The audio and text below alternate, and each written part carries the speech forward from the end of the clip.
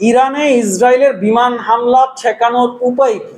একেবারে সহজ সিম্পল কিছু উপায় আছে, যদি সেটা কার্যকর করা যায় তাহলে ইরানে ইসরায়েলের বিমান হামলা কিন্তু ঠেকিয়ে দেওয়া সম্ভব। এক নম্বর যে ব্যাপারটা সেটা হচ্ছে ইসরায়েলের ভেতরে তাদের নিজস্ব আন্তর্জাতিক মানের বিমানবন্দর হচ্ছে 5টা। এই বিমানবন্দরগুলো যতক্ষণ পর্যন্ত অ্যাক্টিভ থাকবে ততক্ষণ পর্যন্ত কিন্তু ইরানে বিমান হামলা ঠেকানো মুশকিল হবে।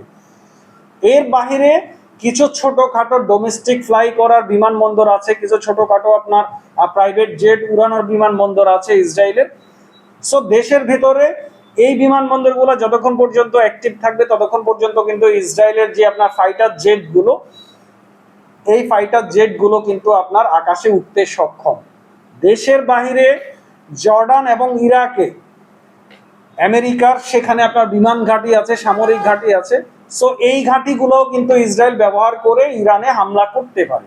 সেক্ষেত্রে জর্ডান এবং ইরাকের যে বিমান ঘাঁটি এবং ইসরায়েলের ভেতরের যে বিমানবন্দর, এগুলো যতক্ষণ পর্যন্ত অ্যাক্টিভ থাকবে ততক্ষণ পর্যন্ত কিন্তু বিমান হামলা ঠেকানো ডিফিকাল্ট হতে পারে।